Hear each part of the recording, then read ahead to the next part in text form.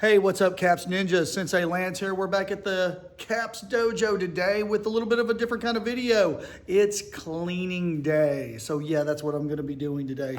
So I'm going to be cleaning up. And the reason I'm doing a video on this is because a lot of times everybody thinks about the fun part of training. You know, the punching and kicking, the running, the flips, the grappling, the kickboxing, the punching, kicking, elbows, knees, headbutts, things like that. They think about all the fun stuff. Well, believe it or not, hey, you have to be responsible and you have to treat your equipment properly too. So, of course, you know, to avoid getting germs and things like that, we have to clean the equipment. So that's what I'm doing today is I am cleaning the dojo, and I'm going to kind of share with you a little bit. And I highly recommend, guys and ladies, when you're training and you have equipment that you use, which I hope if you're taking your self-defense training seriously that you are acquiring different equipment, make sure to clean your equipment. Take care of it.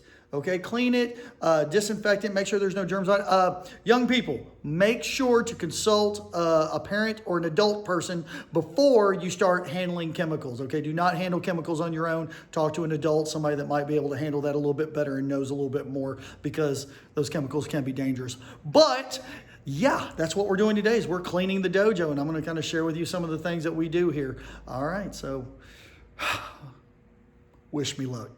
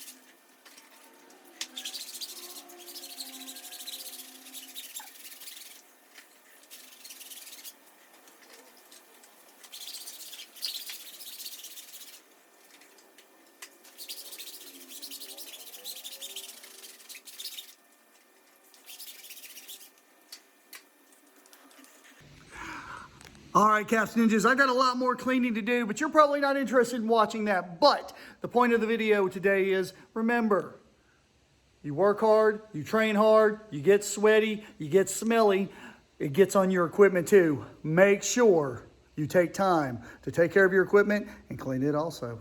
All right, y'all, have a good day.